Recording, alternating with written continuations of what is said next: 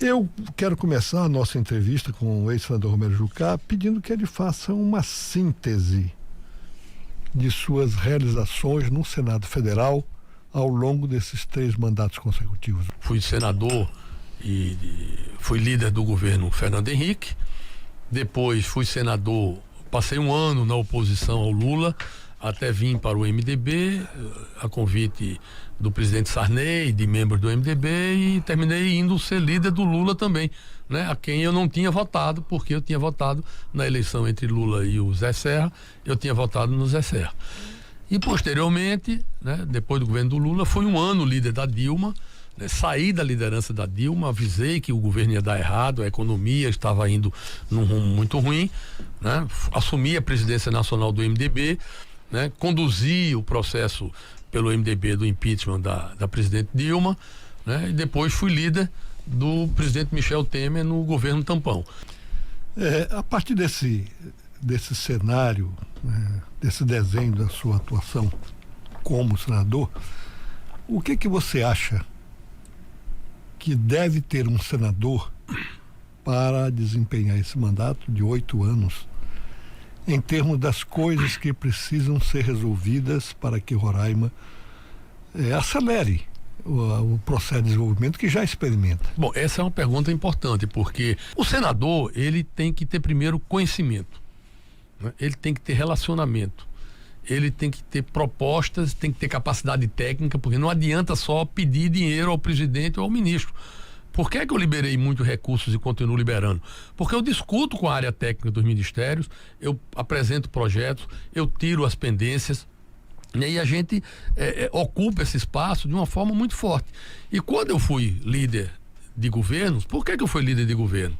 Porque o papel que eu exercia me dava a condição também de trazer mais coisas para Roraima. É claro, eu estava ajudando e queria que o Estado fosse ajudado. Esse era o meu compromisso com todos os presidentes com que eu trabalhei. Então o Senado é um lugar onde é fundamental que se tenha conhecimento, respeito, seja respeitado, né? Tenha relacionamento e tenha condição, propostas e capacidade de trabalho, tem que se trabalhar muito para poder fazer frente às necessidades do Estado. Então o Senado, para mim, é um ponto decisivo para que a gente possa ter o que Roraima precisa, resolvendo as questões políticas, emblemáticas e também resolvendo recursos para poder fazer o que precisa ser feito aqui. Seus adversários alegam que durante todos esses 3 mandatos o papel que você conquistou com méritos no cenário nacional, durante esse mandato você não trabalhou para resolver problemas fundamentais como Leão de Tucuruí, como questão das terras, a questão indígena ambiental, né? Como é que você encara essas críticas? Veja bem, o adversário, ele não vai me elogiar, né? Então o adversário, ele vai tentar sofismar, tentar fazer fake news. Então vamos pegar esses pontos que você falou, porque é importante a gente esclarecer para a população. Vamos lá. O Leão do Tucuruí é algo extremamente fundamental para Roraima. Por quê? Porque o Leão do Tucuruí interliga Roraima ao resto do sistema interligado nacional, tá? Aí quando eu ouço pessoas dizendo, não, Roraima esperou 30 anos o Leão de Tucuruí. Ora, o que é o Leão de Tucuruí? O Leão de Tucuruí é uma energia que vem de Tucuruí, que foi levada até Manaus. Ela ficou pronta em Manaus em 2013. Portanto, antes de 2013, não tinha nem projeto para se trazer o Leão de Tucuruí de Manaus para cá, porque não tinha chegado em Manaus, né? Então, 2013. O que é que eu consegui? Qual foi a primeira conquista na questão do Leão do Tucuruí? O Leão do Tucuruí não era uma obra que estava pensada no governo. O Leão do Tucuruí foi colocada no Plano Nacional de Investimentos do Setor Energético Brasileiro a pedido meu, porque o ministério era do MDB. Foi o Edson Lobão que colocou isso no plano de interligação, né? E aí foi decidido que seria um leilão, né? Que era a modelagem que estava se fazendo para a linha de transmissão no Brasil todo. O Leão do Tucuruí... Em 2011. Em 2011 foi feito o leilão, né? Uhum. Em 2015, esse leão deveria ter ficado pronto. Então, nós conseguimos colocar o Leão no mapa de construção do plano do governo federal. Foi feito o leilão. O leilão foi feito na Bolsa de Valores do Rio de Janeiro. A senadora Ângela, até eu não fui para o leilão, a senadora Ângela Portela foi para assistir o leilão. Estava tudo caminhando bem. O que aconteceu? Teve problema ambiental, o Ministério Público se insurgiu, as comunidades indígenas também entenderam que era um caminho para conseguir mais coisas para eles, e resultado, isso virou uma briga. Né? Virou uma briga. O governo federal atuou, na minha avaliação, com fraqueza, porque ficou o tempo todo postergando, colocava, vinha. Eu falei com o presidente Michel Temer. Quando a Dilma esteve aqui em Roraima, né, eu não era mais líder da Dilma, eu não estava na bancada da Dilma. Né, e teve um senador que veio no colo da Dilma no avião, distribuiu o panfleto e o leão começou. Em 2015 isso, e o leão não começou. Né? E o leão não começou ainda. Né? O presidente Bolsonaro está no 4º ano de mandato, ele quer fazer o leão, como o presidente Michel Temer queria também, mas o próprio presidente Bolsonaro deu uma entrevista à Folha de Boa Vista, a jornalista Cida Lacerda, quando ele diz, eu estou tentando fazer o leão, mas ONGs estão entrando na justiça, a gente tem muito problema, e cada hora aparece uma negociação diferente. E o que aconteceu na prática? Né? Dizia-se na campanha de 2018, o Jucá estava atrapalhando o leão, porque era senador. Bom, eu deixei de ser senador há 4 anos. O leão não começou. E eu defendo o leão é obra fundamental. Né? Mas por que não começou? Porque não era fácil fazer por todas essas questões ambientais. Então, dizer que eu não resolvi o leão de Tucuruí, né? Eu viabilizei o leilão. Agora, o leão de Tucuruí, até agora, ninguém resolveu. A questão da energia, mesma coisa. Eu, como governador do território, trouxe a Eletronorte para cá. Depois a Eletronorte fez um leão de Guri. Foi uma conquista importante naquele momento, né? No governo do governador Neudo Campos. Né? Veio o Guri. Depois se discutiu outras questões.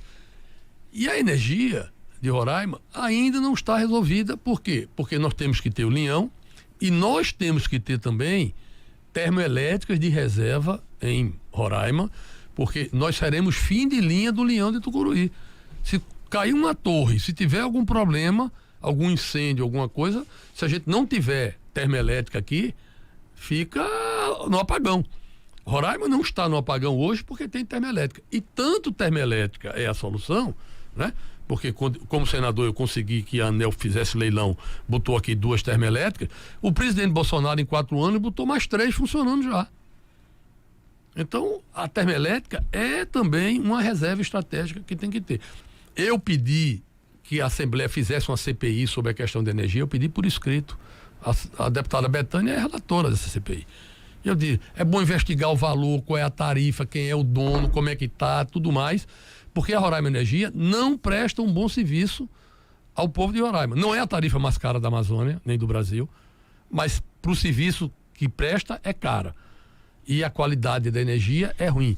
Levando em conta que seu partido tem uma pré-candidata, a senadora Simone Tebet, do Mato Grosso, e levando em conta também que, apesar de não ser presidente, você ainda é uma figura influente no MDB, qual é a posição do Romero Jucá perante essas candidaturas, especificamente se vingar mesmo a candidatura da Simone Tebet? Bom, primeiro dizer que o MDB está discutindo ainda a pré-candidatura da Simone. A Simone é uma figura excelente, uma mulher guerreira, trabalhadora, mas o partido está muito dividido.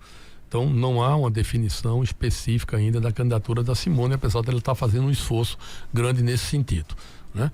O MDB ainda não decidiu se a Simone vai ser realmente candidata a presidente. Não decidiu ainda. Isso deverá ser feito no final de junho e início de julho. Em Palanque, o que está definido na nossa chapa é que o presidente Bolsonaro estará na chapa Tereza Édio, que vai disputar a eleição, porque o presidente Bolsonaro é candidato, é do PL, e o PL está na nossa coligação e o presidente estará nessa situação. Então, garantido até agora, quem está na chapa Tereza Édio, como candidato dos partidos coligados, é o presidente Bolsonaro, que é um presidente que tem mandado muito recurso aqui para Roraima. O presidente Bolsonaro encheu o governo de dinheiro aqui, né? Então, o presidente Bolsonaro, ele tem uma maioria esmagadora aqui de eleitores, né, em Roraima, e estará no nosso palanque. A ideia, portanto, hoje, do candidato Romero Jucá é defender a candidatura de Bolsonaro? Eu vou defender questões importantes que o governo Bolsonaro tem. Se a Simone Tebet for candidata. Não, se a Simone, vamos pegar o seguinte, se a Simone for o Bolsonaro candidato, o palanque do MDB local vai ter 2 candidatos. Ficará aberto. Não terá opção. Eu não posso impedir a candidatura da Simone. Mas as questões importantes do Bolsonaro, a vinculação do trabalho do Bolsonaro aqui, a relação de propostas que a gente tem, até porque a Tereza foi prefeita e trabalhou 2 anos com o presidente Bolsonaro.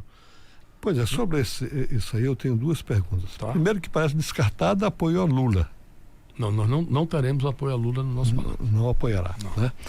Segundo, claramente, o Brasil precisa enfrentar essa questão do exacerbamento do Poder Judiciário. Né? Seja quem for o presidente eleito, se o Supremo Tribunal continuar querendo fazer tarefas do Executivo ou impedindo que o Executivo governe o país, esse país não vai resolver crise alguma.